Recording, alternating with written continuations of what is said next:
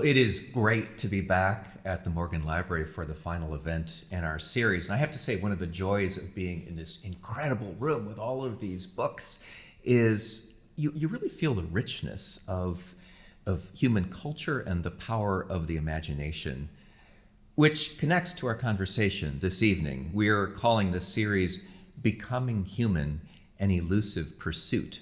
So you're probably wondering, what does it mean to become human? Aren't we already human? And I would guess this is more of a philosophical than a scientific question. Lucky for us, we have a philosopher here to help sort it out. And not only that, he's a French philosopher, which means that we will get into some deep existential questions. Elie During is a professor of science at the University of Paris, Nanterre. His PhD was on the philosophical reception of the theory of relativity. He's also written widely about the arts, about cinema and music, and he has a particular fascination with the pianist Glenn Gould. So you might be thinking, is there a common thread among all of these subjects? So as I was trying to puzzle this out, it sort of occurred to me that they all have to do with the experience of time. When you think about film and music, they are art forms that we experience in time. Einstein's theory of relativity is all about developing a more precise scientific understanding of time. These are not static experiences. So when you think about this idea of becoming human, that is also an ongoing process. It's about how we live, moment to moment.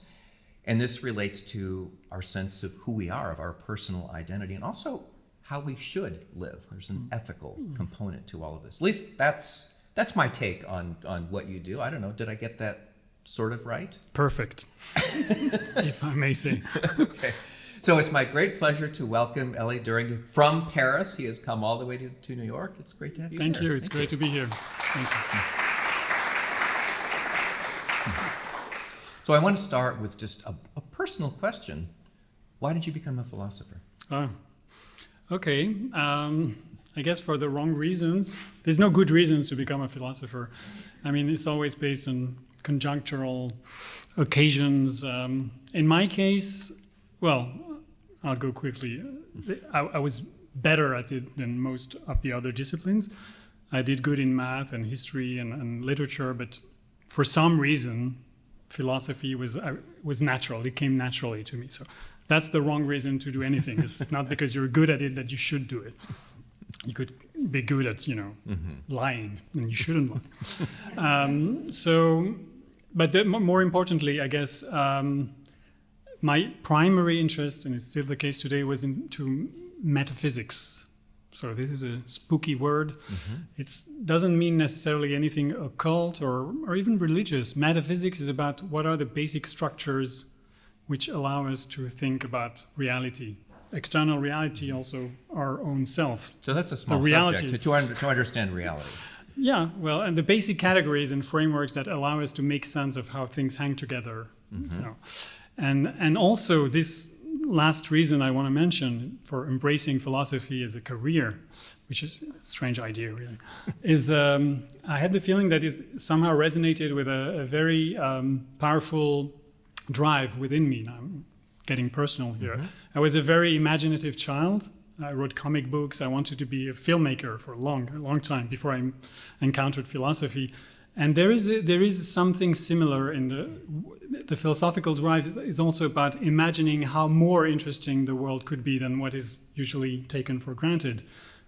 Especially the sort of default mode of, the naturalist default mode of most scientific minds. They think that, or they tell you, they explain that, well, there's nature out there, you're part of nature, which of course is undeniable, and that somehow everything we really value, consciousness, values, the ideals that we entertain, emerges from this kind of ultimate basic layer of reality, which is described by science, by the fundamental laws of physics and so on and so forth. And this worldview to me is not even a worldview. It's simply implausible.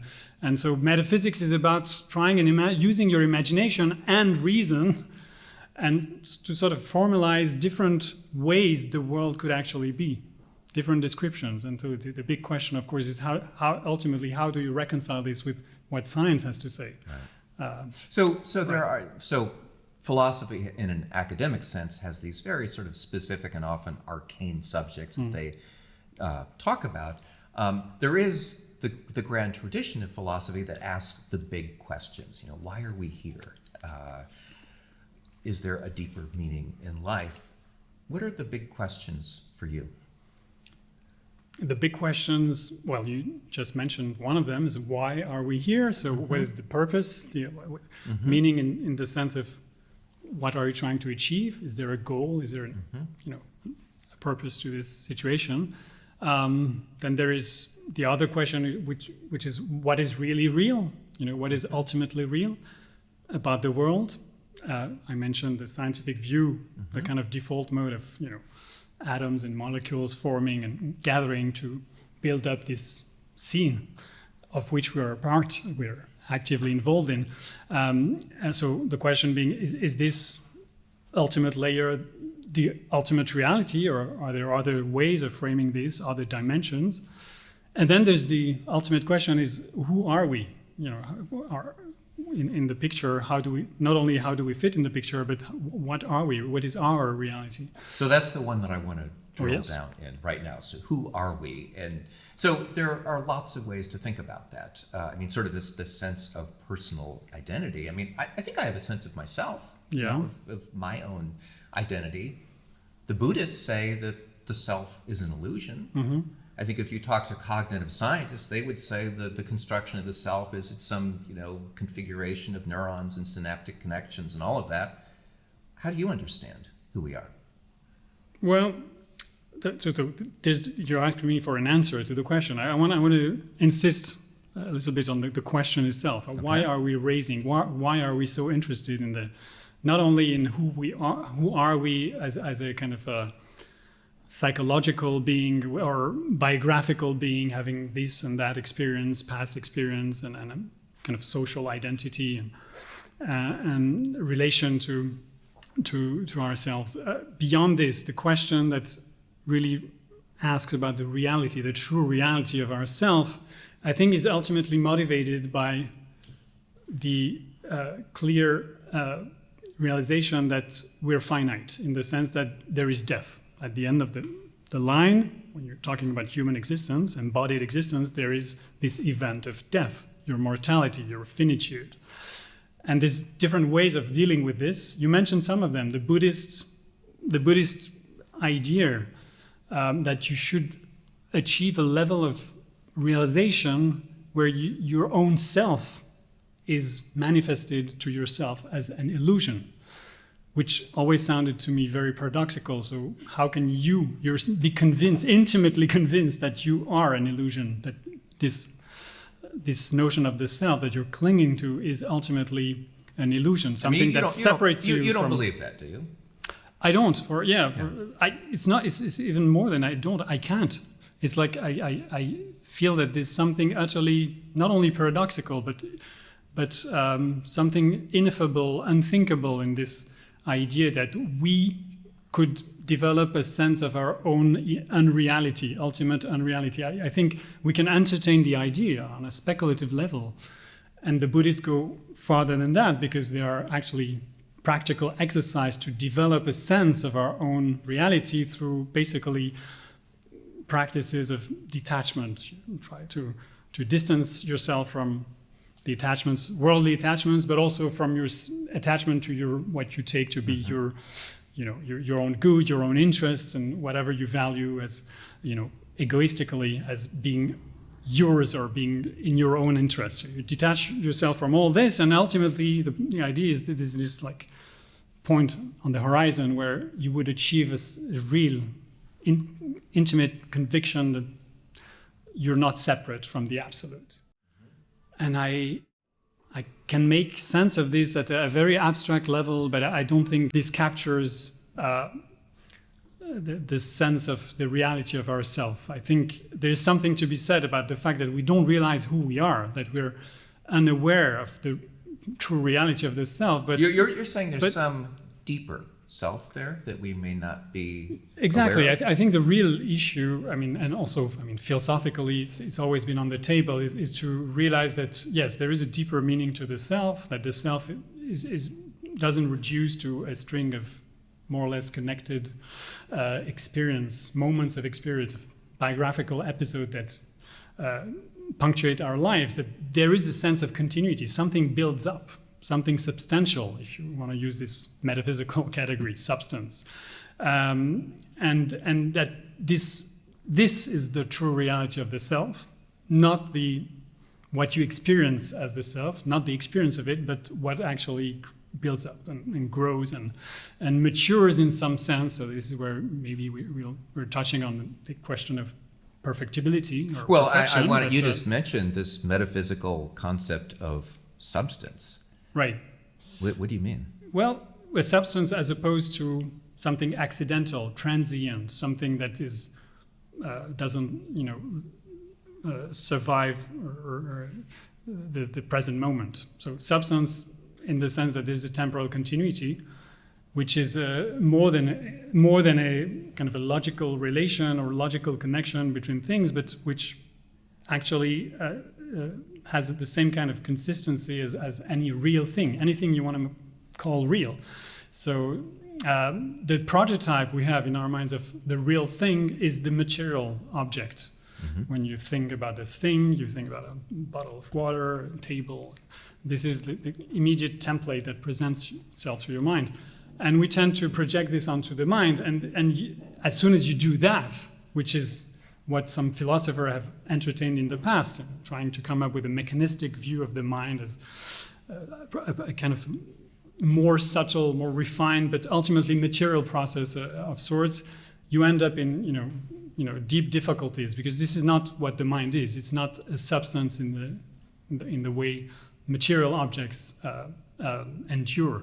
But I think a lot of people would say, certainly a lot of scientists would say, the self is essentially constructed through our memories, and we build up a life story, probably multiple life stories, and that's kind of how we construct our sense of self. Yeah, well, that's the sense of self. But you're saying something else, I think. Yes, I'm suggesting that this sense of self that you can very well picture as a ongoing, psychological and partly social construction has a lot to do with the kind of image you project for others, or you think you're projecting for others, and so.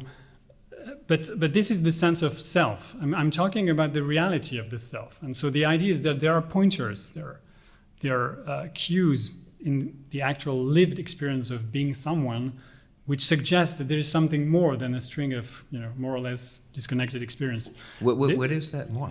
And that more is, and maybe memory is actually a good way of introducing this, is that something builds up in the sense that something is retained. Whatever you think and do doesn't vanish, doesn't dissipate in the moment. Your actions come back. There's ongoing feedback of whatever you think and do, which kind of consolidates something, some stuff. Call it mind stuff or substance or soul, which has been the classical designation. That's what I was going to ask. Are you talking about the soul? Yeah, ultimately, the soul in the metaphysical understanding of the term is precisely a word that focuses our attention on the underlying reality of lived experience. So people like Plato, Aristotle would use soul to refer to the underlying substance, something which is a reality in the fullest sense. So it's not material, it has a different way of hanging together, of its inner consistency. Cohesiveness is not the same as lumps of matter shaped in a certain way. It has its own way of being consistent, of holding itself. Again, memory is very much part of the story. Yeah. I think, provided that you do not equate memory with archives or more or less faint traces of the past, somehow stored or reconsolidated in neuronal networks. Provided that you think of memory as one of those cues or access, experiential access that we have to something that substantially matures and evolves and retains, basically. That's what I think, the way I think about memory. Memory is not the faculty of storing traces of past events. Memory has an ontological meaning. It's a way of referring to a being that constitutes itself and becomes ever and ever more real through the experience it has and the different contexts that it encounters. Something, again, of every thought, every action that you perform is retained, not as traces, but in your substance. You're shaped by whatever you do, think, experience. So when I hear and it's not a metaphor. That's the point. That's the bet. When I hear the word soul, I think of this religious idea. I mean, this is, what so many religious traditions, they talk about the soul, this thing that endures beyond our physical lives, for instance. Is this a religious concept for you? It can be. It has been, for sure. It's part of the religious basic concepts of, most religions, I would say. The idea of a substantial soul. So Buddhism has a different way of approaching the whole topic, and maybe we can leave that aside. But yes, but the soul is also,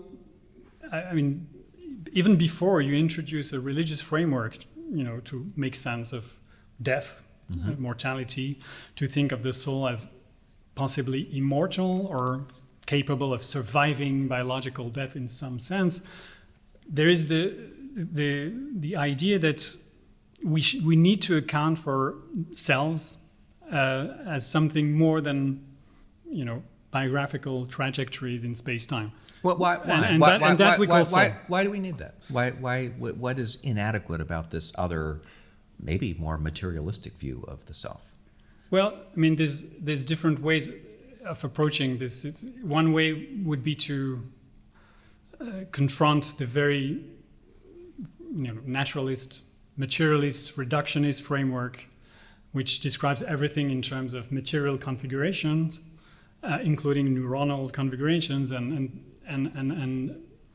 trying to account for things such as consciousness, the mind. And very soon, if we go that road, we encounter the famous mind-body debate of whether mind can be reduced to its neural basis or something specific or irreducible. Is it a kind of a fundamental dimension of reality that we should include in general picture? And that would be typically a metaphysical thesis. But you could also address the question from a more ethical perspective, or let's say existential. Use the term with reference to the kind of French proclivity of addressing the big questions in a dramatic, sort of anxious, existential way.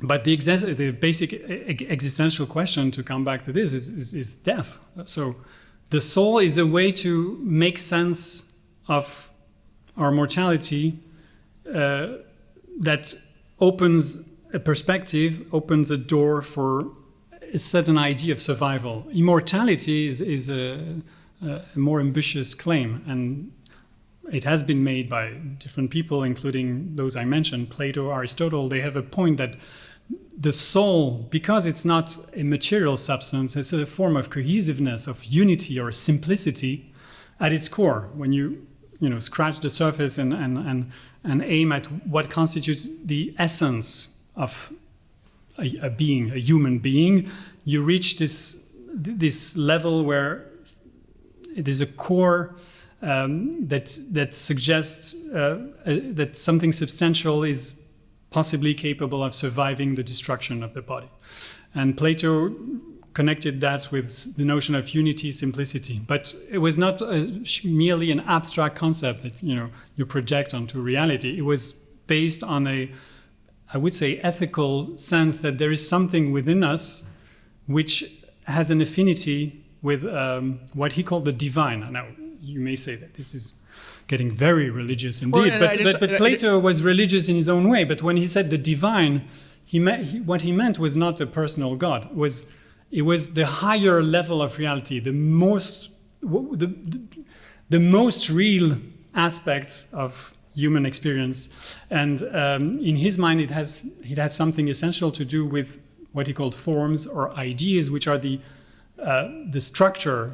structural forms that allow things to to perdure, to endure through time, and that account for basically for the fact that there is order within this order. That there are things which patterns or structures that mathematics, for example, although he was not, of course, familiar with the modern way of introducing mathematics into physics, he had this intimation through mathematics that the human mind is capable of relating to levels of reality that are more robust, more solid than anything sensible that is given to the senses. And so that's the way he connected with the idea of self. He felt within himself, and in maybe tapping into certain human potentialities that we should be discussing, which have to do with the question of perfectibility, rationality, so the capacity of judging, not only experiencing, but judging, the notion of truth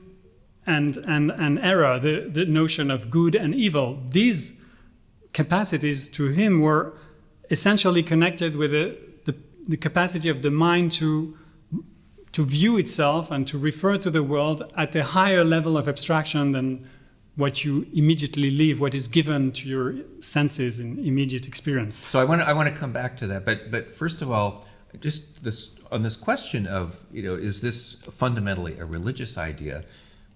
Do you consider yourself a religious person? Yeah, in that general sense that I keep coming back to the notion of death, which I could put it this way. I think the non-religious view that we humans, the selves, the consciousness, that we are emerged from a materialistic, setup, matter, kind of universal pinball game of molecules interacting. The notion that this is what we are, and that most likely we will disappear as selves. This psychological entity that sort of built up across time is doomed to vanish into thin air. I think is utterly implausible. I mean, I have a very strong inner resistance to this view of things,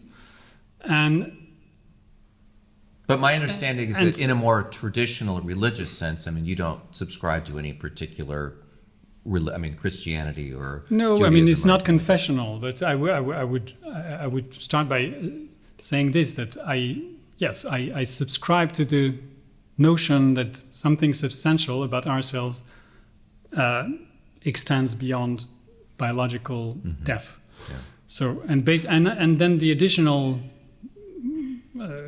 notion that must be introduced in the picture is there's a sense of purpose.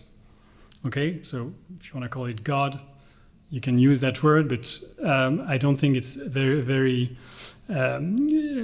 it's very helpful to introduce such a concept in such an abrupt manner in the discussion. But God, or any other term that you want to use, a structure that gives purpose to the whole, to the whole scenario, and that gives meaning to your life as an individual soul in the overall picture. I think this notion has to be introduced as well. So I would consider myself a theist, theist in that sense, and yes, and to your point, the soul, I think, is I wrote an anthology of philosophical texts about the soul very early on. It's my first publication. I think it's one key notion that helps articulating these different dimensions. So I want to come back to this question of what it means to become fully human, the subject of our discussion this evening, and the moral component of that, and what is distinctly human about this moral project, because I think you could look at a lot of the non-human animal world, and there is empathy in chimpanzees. You can see that. There is caring, loving, and all of that. What is distinctive about the human project of being moral that is maybe different from the rest of the animal world? Well, first of all, there's a project. So I don't think animals have projects. YouTube enabled me to become more conscious and maybe develop a form of sympathy or empathy for animals, because I'm watching videos of dogs, guilty dogs, and empathic monkeys, and this is very instructive. And it changed. It's really, seriously, it changed my mind about the way human reality fits into the natural realm, and that the human animal is very much an animal in different ways. And empathy, arguably, is very much part of the moral experience that we human develop. And there is something, of that in animals at a, in a different context as well. But what I take to be distinctively human about the experience of morality is the project. So, and by this I mean something rather specific, and here we can come back to the notion of human potentialities. If you speak of human perfection or perfectibility, you need to introduce the potentials that need to be perfected, or the aptitudes or capacity that need to be perfected. What are those? And in what sense are they typically or specifically human? So it is a big discussion out there about what is properly human. You could argue that playing chess is properly human, but this is not very instructive. I think it's very instructive to go back to actually, and I think this is good philosophical method, is to start discussing about aptitudes that immediately, picture us in a relation of great proximity with animals. So empathy would be one way to approach this. But then, of course, once you've agreed that there are different ways that empathy can develop in the animal realm and human realm, you have to move to a different set of aptitudes which have to do with rationality. And the point about rationality is that it's not strictly restricted to the kind of cognitive modules that we have that enable us to reason about things in a logical way. Rationality is also a moral or practical dimension of human experience, where because we are thinking, we're imagining what can be a better world and what we should do. It's not exactly just kind what of we hardwired. should. It's the should that you actually mentioned earlier. There's a level of abstraction here. Exactly. So the way I think human singularity manifests itself in the realm of moral experience is that we are capable not only of experiencing, for example, immediate desires, things we crave, things we are attached to, things we are seeking. I'm leaving aside the question whether this is instinctive in humans as well. It's certainly instinctive mostly in the animal realm, although they have a culture of their own and so on and so forth. But mostly it's instinctive. But the point is that on this level, we're very close to animals. In most of our impulses or drives have a kind of animal rooting. It's what is specific to humans is the capacity to form what is sometimes called by philosophers second-order desires about desires. Like, say, I'm a smoker. I'm not. Let's say I'm a smoker, and I want to quit smoking. What happens there? You have a strong desire, a craving for cigarettes, for tobacco, and at the same time, your will develops a sense that this is not right, that you should change your desires, that you should adopt different desires. So your will actually goes against a desire that resists, offers resistance. And so you're effectively forming a desire about a desire. And it's, as you pronounce the word abstraction, it's very appropriate. This is a level of abstraction that is very much comparable with the way we can not only form beliefs about things, and I'm sure chimpanzees have beliefs about the world in different ways. We can also assess the value, the epistemological value of a belief in terms of true or not true. We can say, it's not the case that this or that. It's not the case that it's raining today, so I'm not going to use my umbrella and so on. Forming a judgment is the same kind of rational aptitude, if you like, as forming a second-order desire, wanting to change or transform the way you desire certain things.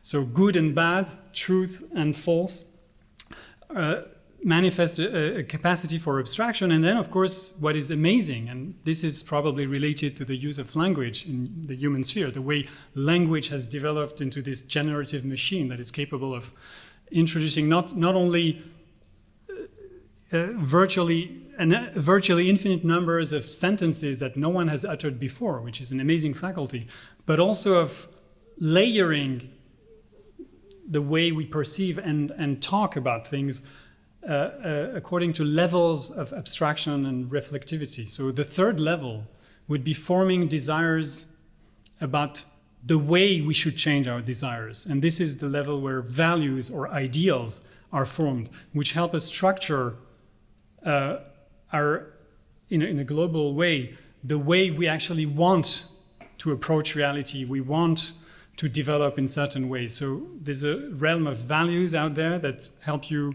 provide a kind of moral framework for approaching reality and approaching yourself in terms of what kind of desire would you like to entertain and cultivate.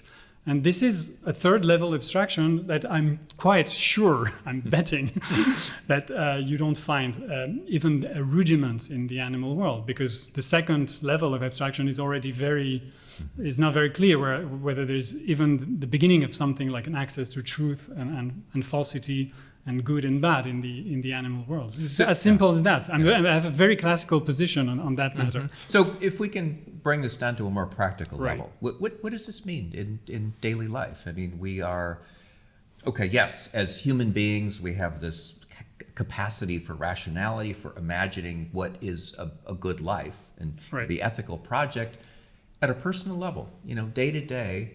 I mean, I think coming back to this question of time, we're constantly changing.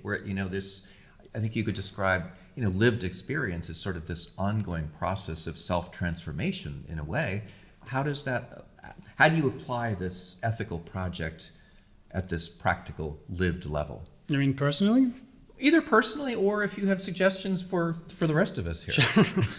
Sure. I mean, it's quite simple. I mean, it really depends on the kind of moral framework and moral project that you've adopted. So, and also the notion, the idea of perfectibility and possibly human perfection that you entertain. And there are different ways to frame this. In my case, I would say I believe that, well, some of those potentialities that I refer to, which have to do with the way you can develop your reason not only as a kind of a cognitive tool for enhancing your grip on your environment and achieving certain immediate, material goals, but more generally, the capacity of controlling yourself, regulating yourself in terms of choosing or willing certain desires as opposed to others. This capacity of shaping oneself morally, in shaping a character, if you like, is very much the core of the ethical project. So not just going with our impulses, with our... typically. Our, You want to call it impulses. Sometimes it's a bit more elaborate than that. So it could be patterns of thought that you use, and that make you do certain things with the feeling that this is all right, self-justification. You convince yourself that something that deeply is not quite right. You find reasons for doing it nonetheless. So this is a little more than raw impulse. Ustad Elahi that you mentioned in the introduction had this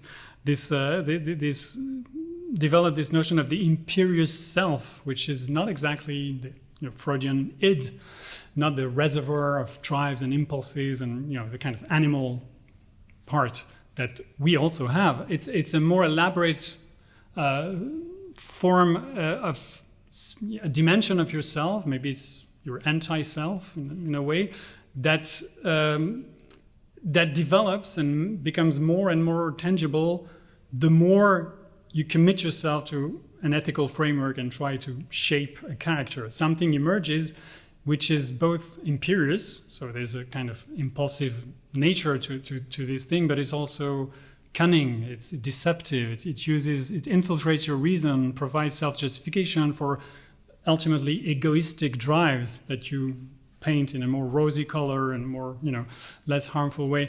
And this notion is, I think, very useful. So in coming back to very practical stuff, so an interesting exercise that can be carried out easily is at least once a day, deliberately choose to do something that you feel this thing in you, this anti-self, this personality within you that actively resists the ethical project would disapprove, something that this imperial self would actively resist and try to force yourself to do it nonetheless. So I think this is very effective in terms of shaping a character. And so the question would be, to what end? What are you trying to do there? And it can be painful. It can be tiring. And why would we spend so much effort shaping ourselves into this better person, and better in what sense? There we come back to the kind of ethical framework that kind of gives you the general guidelines for such an endeavor, which again is I think typically human, changing oneself as a project. I mean, this is amazing. It's like, it's unparalleled in the animal world. Yeah. And the question would be, what are we trying to achieve? And this is where perfectibility comes into the picture. We need to set ourselves a goal, not a particular goal in terms of achieving this or that, aspect of our character, or developing a certain skill in doing certain things. This is fine as far as it goes, developing skills. We do that naturally.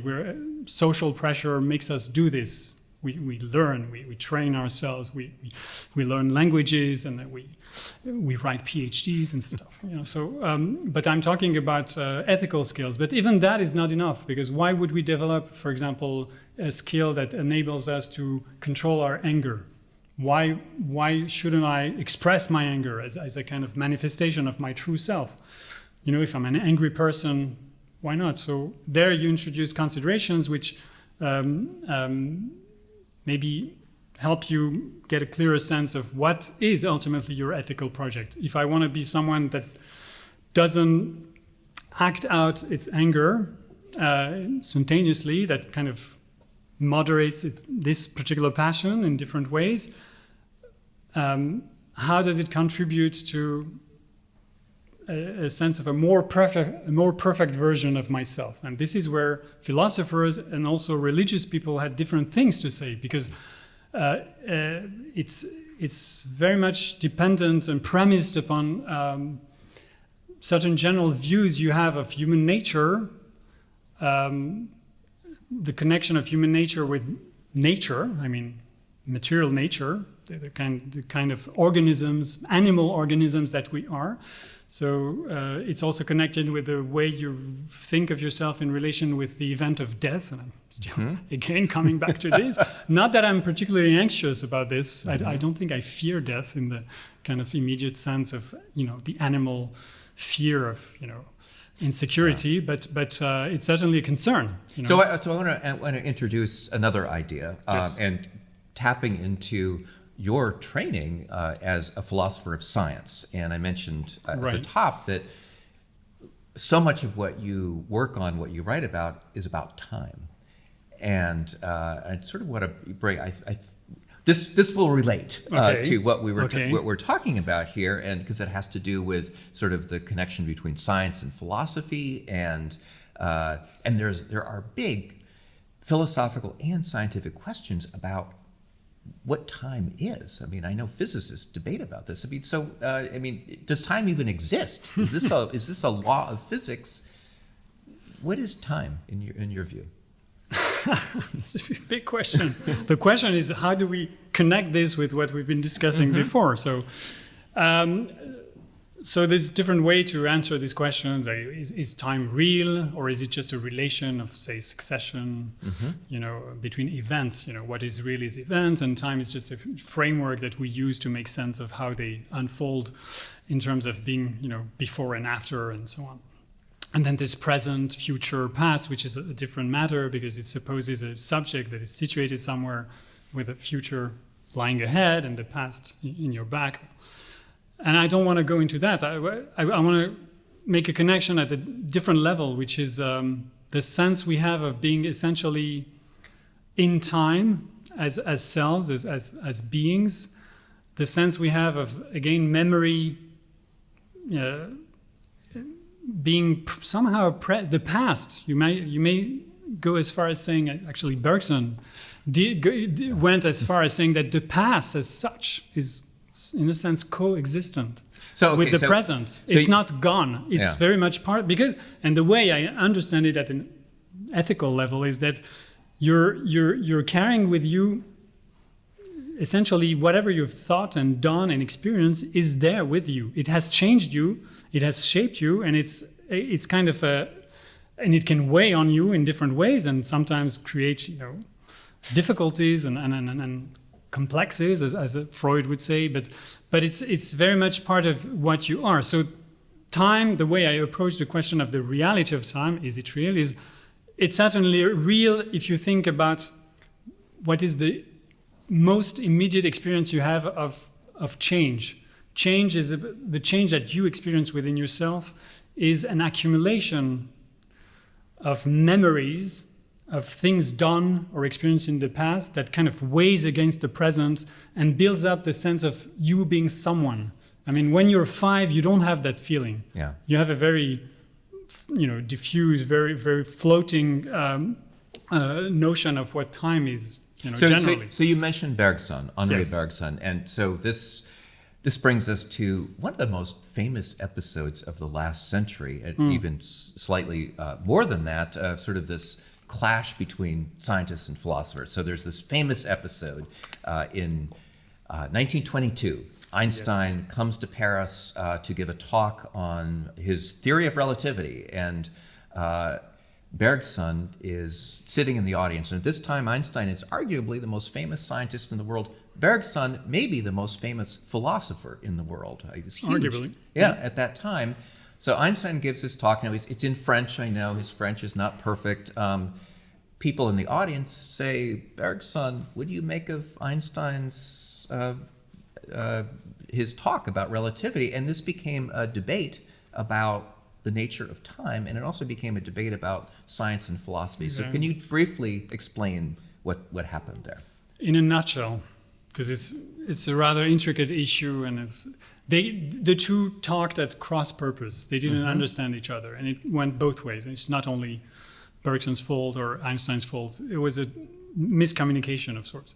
But basically what Bergson, I've studied this, and so what I came to the conclusion that what Bergson was trying to convey was the sense that not everything has been said when you, as Einstein argued, you acknowledge that there is no scientific meaning to a universal time, a universal now, ranging across the universe as a whole, and that turning this idea that simultaneity is relative, there's no universal now, that depending on your position and motion in space-time, you have different perspectives on reality, on physical reality, and as a result, the way you time things, the way you account for, temporal process is different.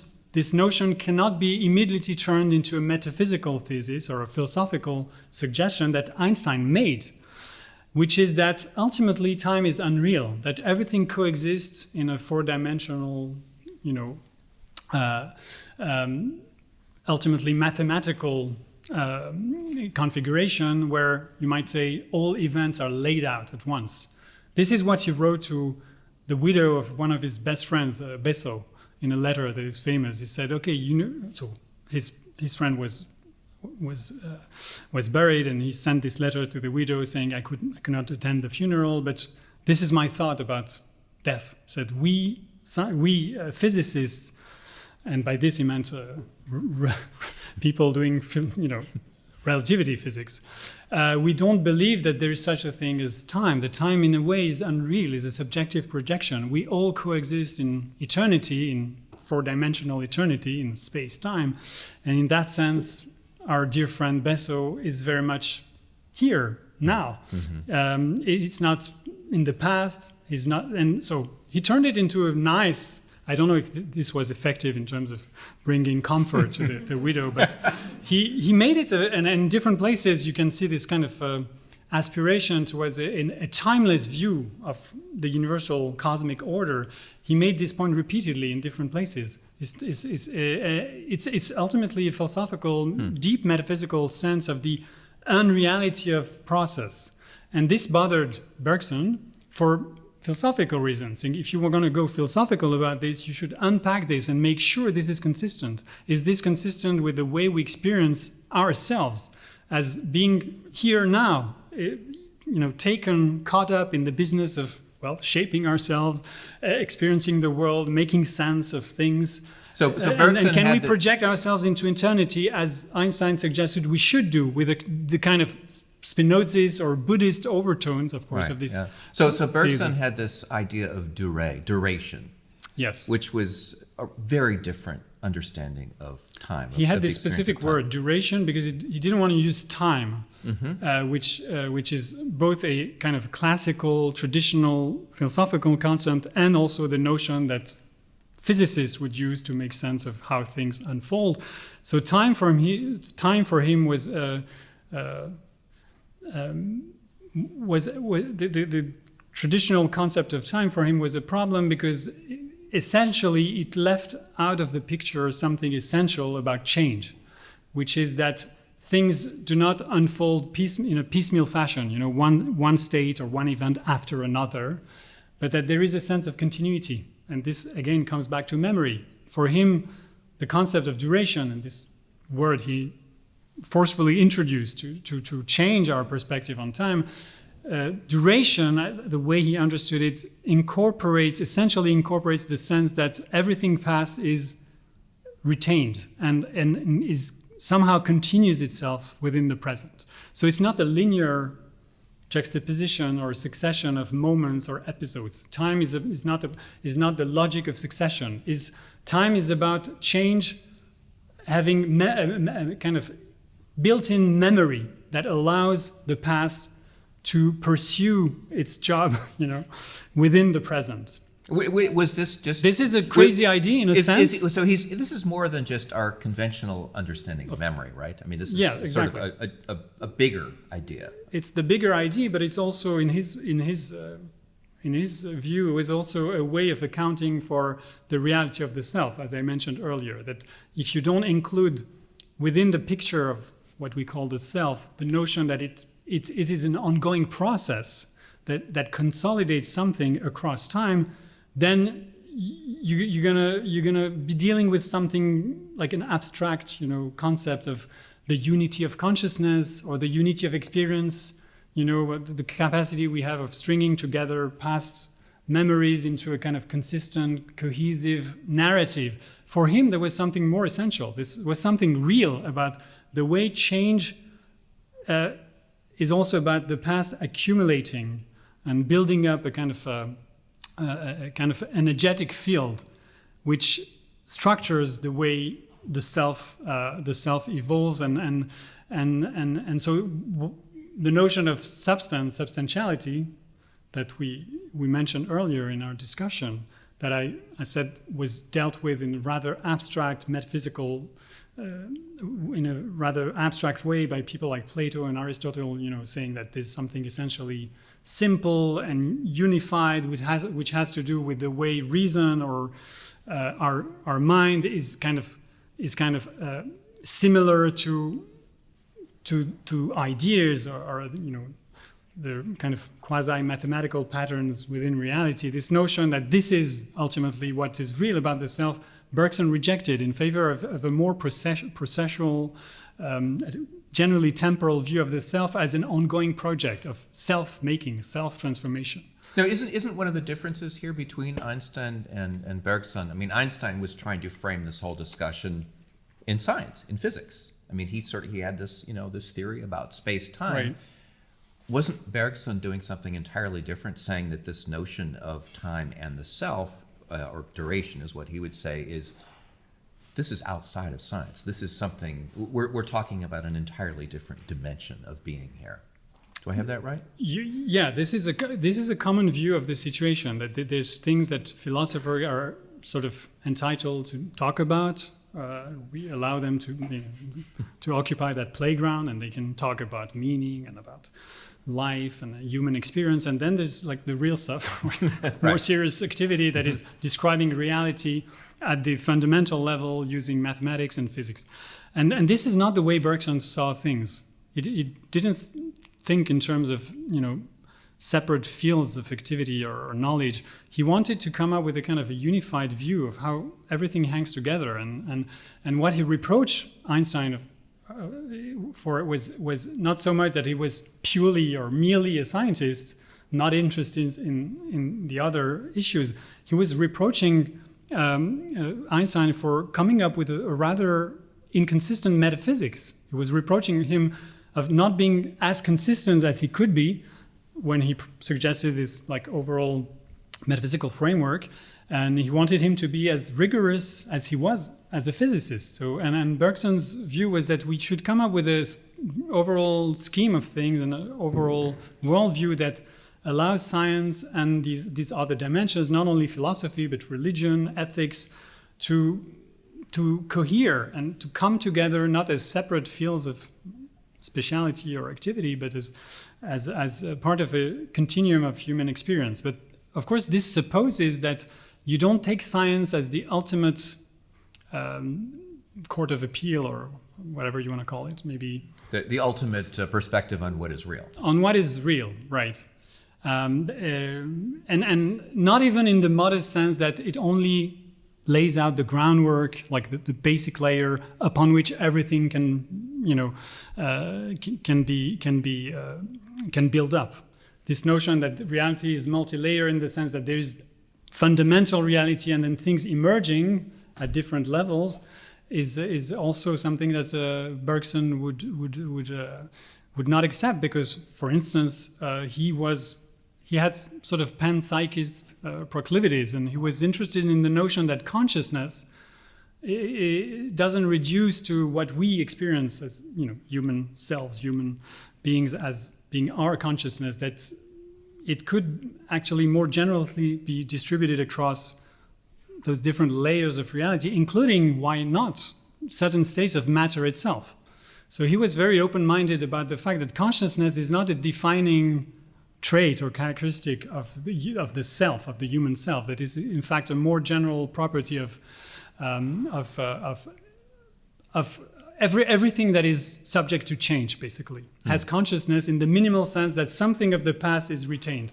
So even the capacity of course, an organism, but that's an easy example, but even in inorganic matter, the capacity of certain structure to reform, to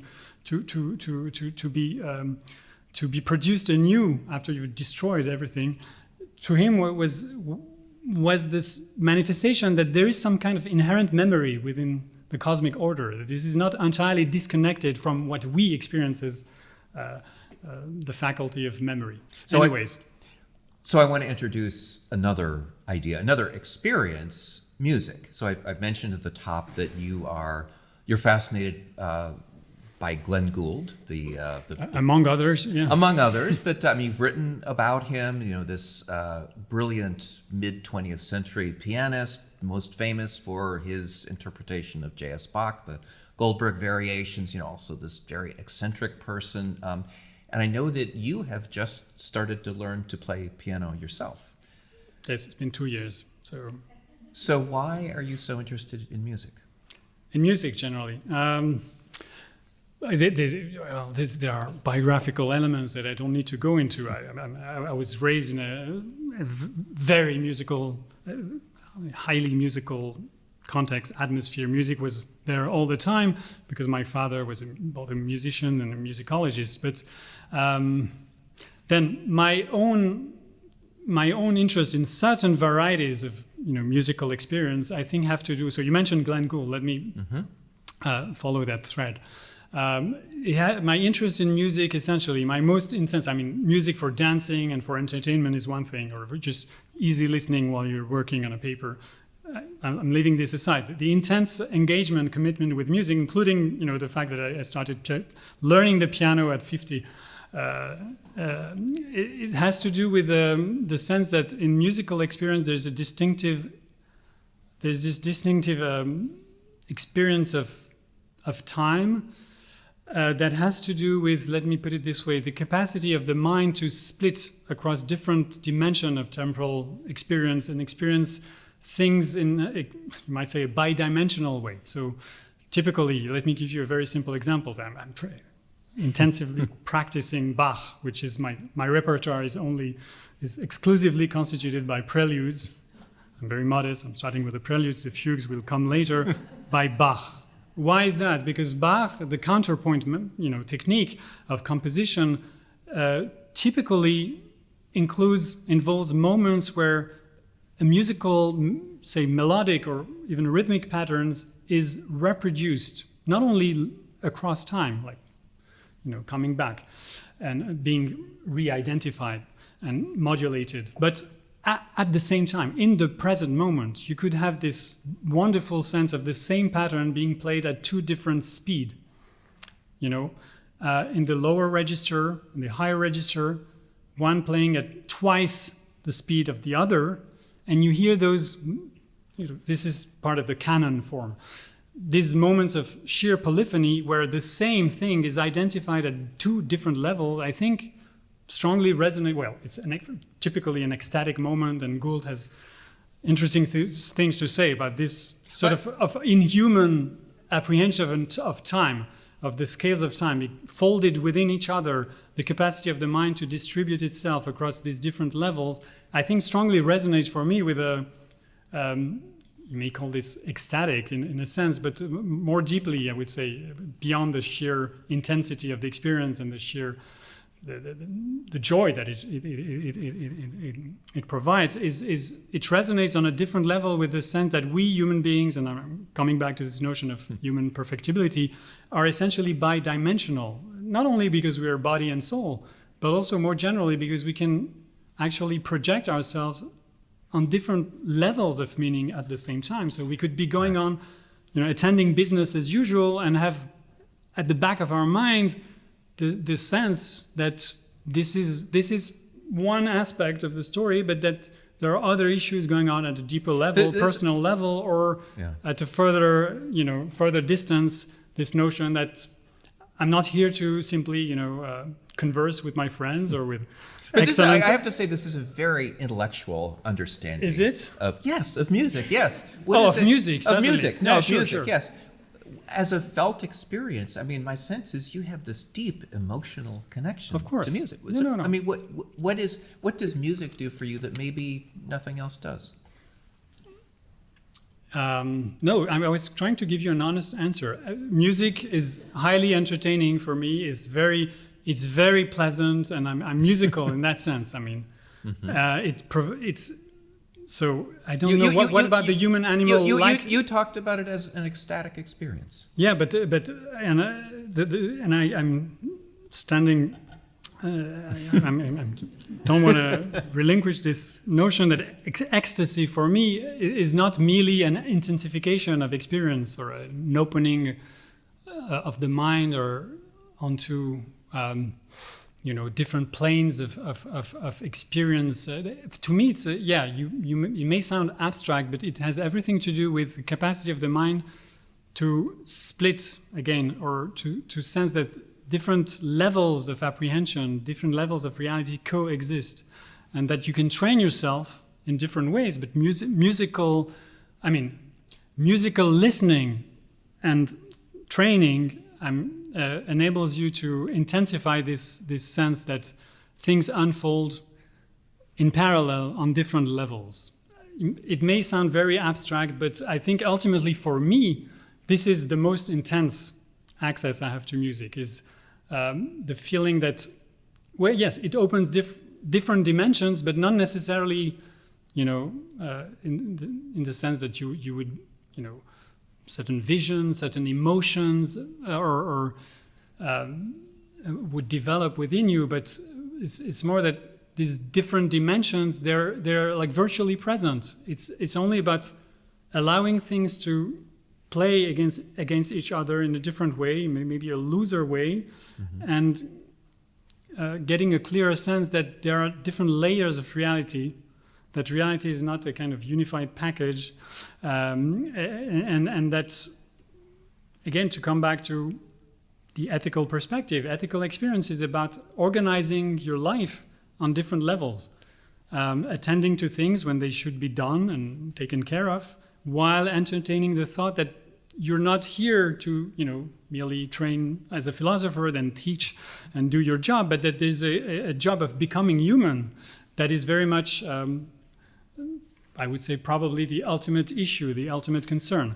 And entertaining this double thinking, this binocular or bidimensional view of your situation in the world, I think is essential. And I think music for me, again, and it's again I'm referring to a very specific type of register of classical music involving polyphony and counterpoints, has something to do with that. It resonates on that level for me.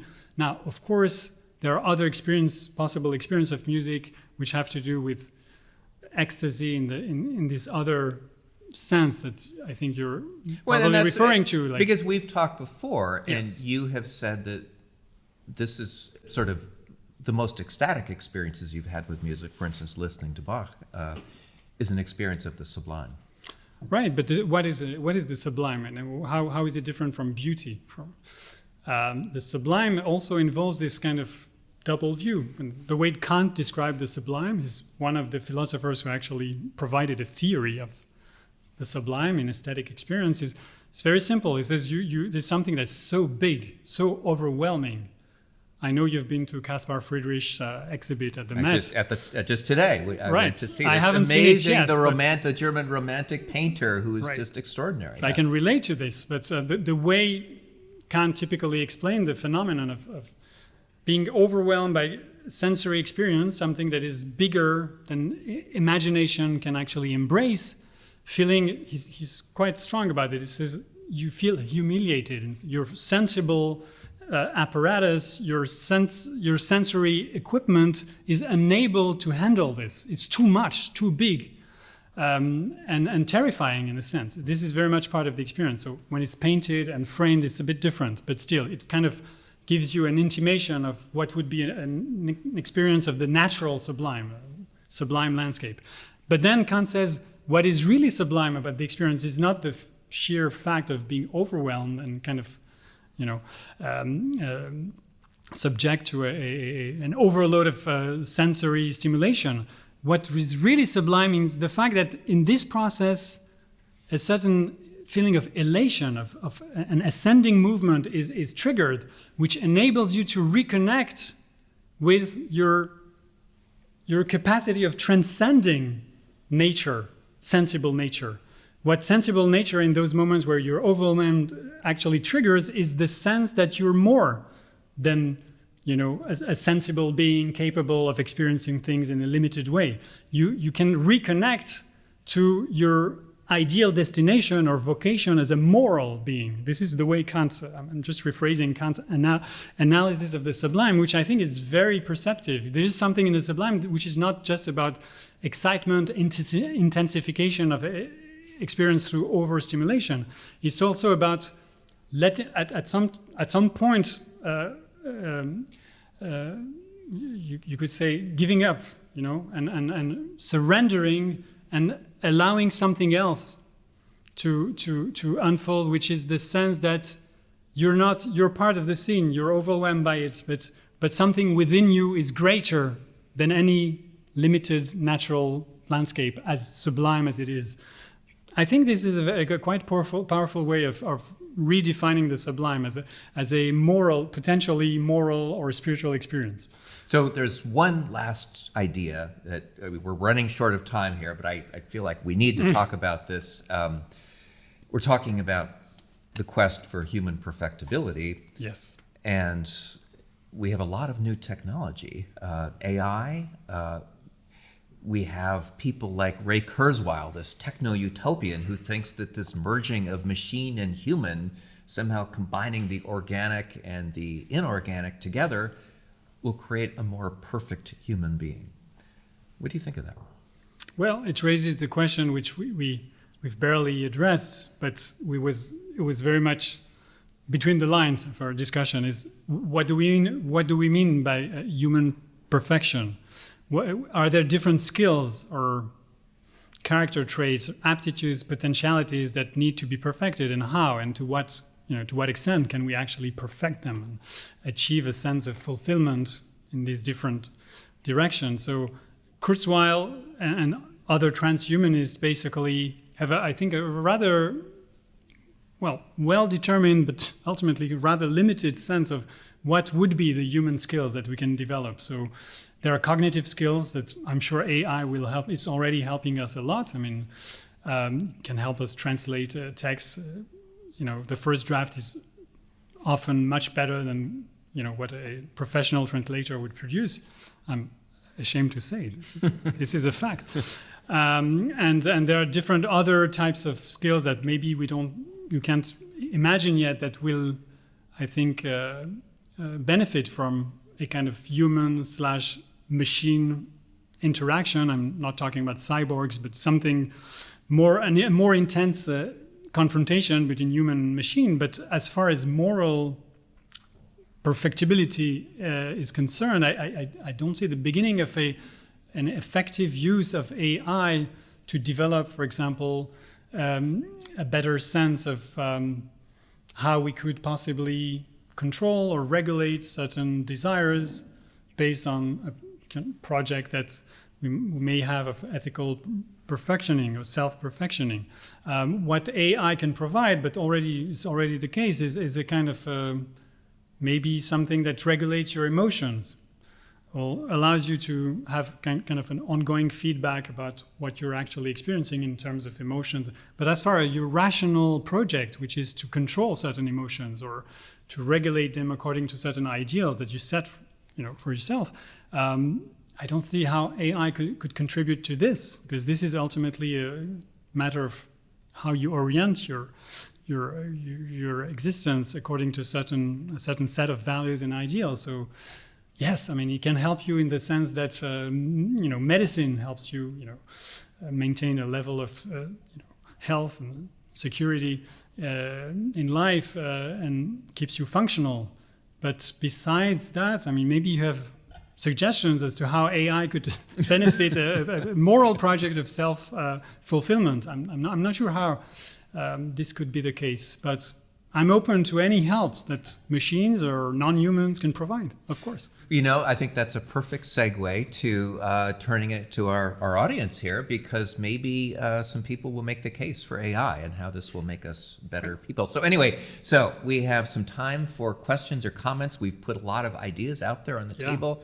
We have a microphone, right, I believe? Yes. So if you want to raise your hand and if you have thoughts or questions that you want to pose to Ellie here.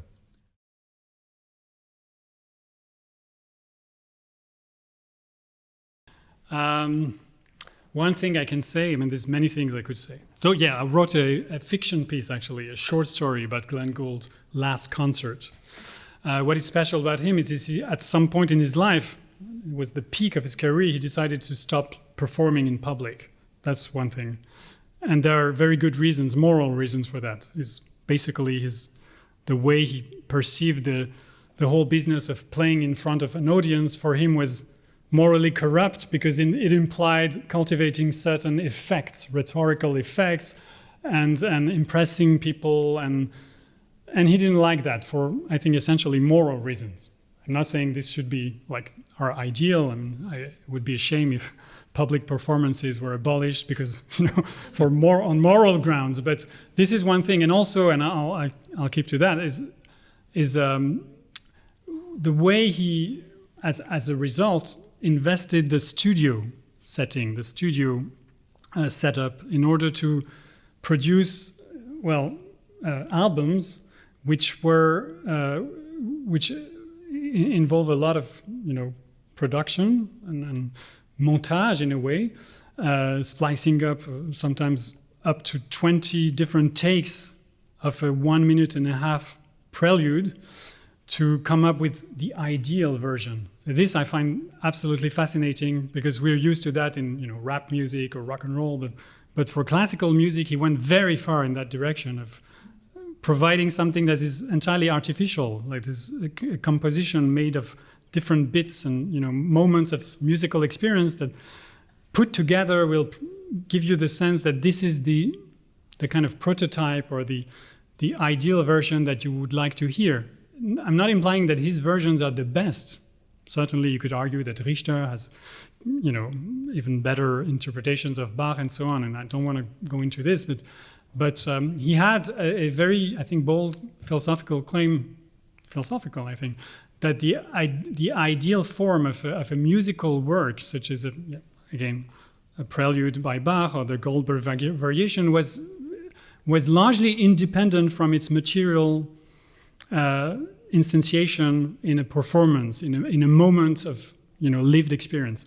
His notion was that you could approach the essence of a work of a musical work by sort of abstracting and transcending any material, accidental material circumstances, such as what kind of instruments you're going to play, this piece with. Should you adhere to a kind of historical rendering of the historical Bach, or use a modern piano and so on? For him, the ideal piece of work could be virtually performed in any possible way, provided that you're true to the essence, or to the what was the musical idea behind the piece. And this I find fascinating also as a kind of, almost you could say, Platonic version of musical experience, that there are ideal forms out there that are indifferent to their material instantiation. So maybe this partly answers one of your questions that you kept coming back to, which is what is so important for you in musical experience? It also gives you an intimation of this world of ideas that Plato was referring to. It's very mysterious. We say the world of ideas. Plato himself never described it as a world.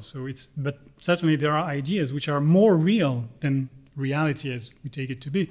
They are in fact more solid and real. And so music, and the way some people like Gould approach it, I think gives you a sense of this ideality with which we live. Another entry point would be mathematics, I suppose.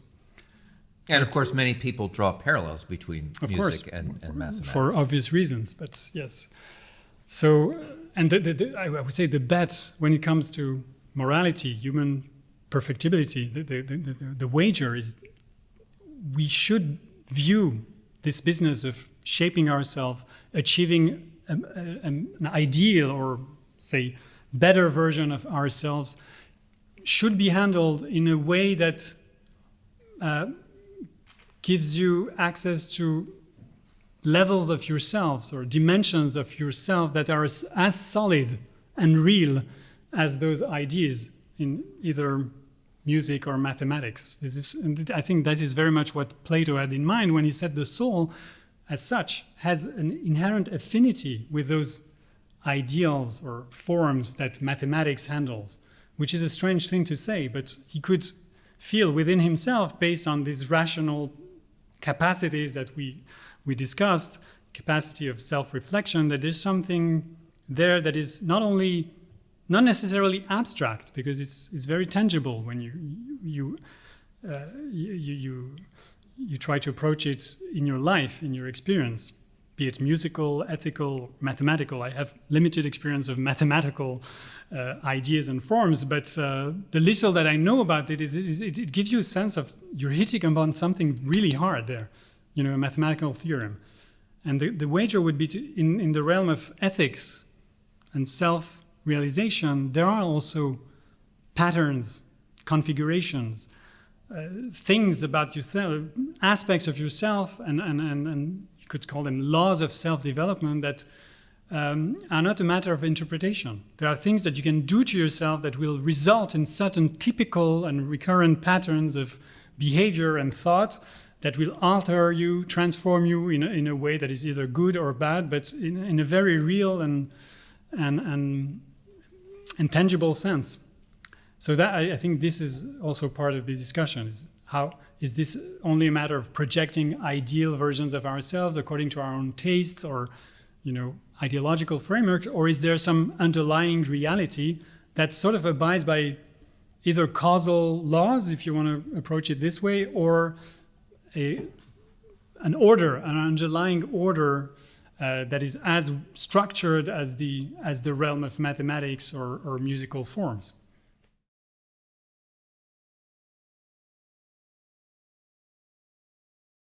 I would say that the one way to address this would be to come back to this reflection that we had about what is typically human, what is essentially human. And so when we become conscious that there are certain human potentials within us, and I'm not talking about aptitudes for certain skills or certain actions that we may perform, such as learning the piano. I'm talking about potentials that we feel for for different reasons that are typically human and exclusively human, such as, leading a life that is not unruly and kind of random, but oriented by a certain ideal of realization. Then I think the motivation comes naturally. That if you become convinced that there's something within you that is left unfulfilled, if you don't train, if you don't exercise certain capacities, that you'll be less human if you don't do it than if you engage in this. Then I think this provides a very natural motivation. Now the problem with that, of course, is extremely demanding. It can be the effort and the cost, the price you have to pay for achieving a certain ideal of humanity by forcing yourself, transforming your desires and according to different frameworks. I mean, you could use the Stoics, or you could use a religious framework in different ways. It's going to cost a lot. It's going to be very demanding. And the question would be, many people wouldn't have the motivation for that, because there are more immediate gratification that you can get from achieving different skills that are not essentially human, right? That provide a certain level of comfort in your life that you think is worth living, because it's not so bad after all. Until, and this is my second point, until you reach the point where the suffering and the pain and the perspective of your mortality becomes so prevalent, so obvious, that you need to do something about it, and realize that probably the best way to address the question of your mortality, the question also of the amount of suffering that to different degrees any of us will endure and be confronted with, the way to address this is to cultivate a larger framework where, despite all the difficulties that the ethical project represent, you feel that there's something to be done about this substance, this self-substance or soul, that will allow it to achieve something despite these hardships and difficulties, that brings you to a state where you can at least become relatively confident that you haven't lost your time entirely, that your life wasn't a brief moment where you more or less coped with the situations that you encountered in a way that provided you a kind of average level of happiness that you think made it worth living. So I think when we're confronted with suffering and pain, or the perspective of death, it becomes a real motivation to think of yourself and your place in this life and in the world as being a kind of a temporary moment where you at least can do something about this, which is achieving a better version of yourself to the amount possible. And then, of course, the question remains, is there something after? Is death the ultimate conclusion of this short, drama that we've lived? And here, different frameworks, different models of the situation can be invoked, and there are certainly interesting arguments about the self-substance, the substantial nature of the self that kind of point in the direction of survival. Bergson certainly was aware of this and very much interested in the perspectives opened up by what you may refer to as fringe experience that kind of give you a glimpse, and William James was interested in that too, in the varieties of religious experience, give you a glimpse of the expanded version of yourself or of consciousness, a version of yourself that is not filtered out and channeled and reduced by your your sensory equipment and your brain, basically. And so, like James, he was convinced that the brain was, the big filter that kind of enables us to live, basically, to attend to life, to the vital necessities of surviving. But at certain moments, there are other Exactly. experiences that break through that In filter. the fringes, you can get a sense that the mind has not only potentialities that can be developed, but also kind of unfolds in dimensions that we are barely aware of. This becomes a bit spooky because at this point, the philosopher doesn't have a clue. Scientists are more than reluctant to address these issues, but of course, you cannot. It's really a rather bold claim to think of ourselves as, as essentially limited to the framework that naturalistic science has provided for effectively describing the reality in a causal way that allows certain regularities to emerge. Thinking of reality as being bounded by this particular perspective, I think, is a very bold and I think ultimately quite irrational way of addressing the question, what is real? What we can describe and what makes sense in terms of describing or allowing certain causal patterns to emerge is an essential part of the story, but there are probably other dimensions of reality that have not only not been explored, but probably do not lend themselves so easily to the kind of approach that modern science has favored. And the mind, of course, is part of these realities. It's not so elusive because we're living with it. It's very much here. It's very much present. And to this date, and reading a lot about the neuroscience of mind there's lots of data that we gather and that enable us to think in a more detailed way about the interaction between mind and matter, mind and brain. But it doesn't add up to any consistent view of what the mind is as a reality. And again, the default view is the mind is just moments of experience that are essentially emerging from the underlying neuronal apparatus. And this is not very compelling as a philosophical claim. It has never been, and I don't think any rigorous philosopher can think that this is anything more than a scientific program, research program, which is very effective, but doesn't provide a worldview. Right, worldview needs to add layers of meaning that are entirely absent from this particular picture. So I love it that you have left us with this notion that there are these other dimensions of reality. They're trying to break through into our consciousness. So anyway, I think that's a perfect place to leave it. I want to thank all of you for coming, and thank you very much. During.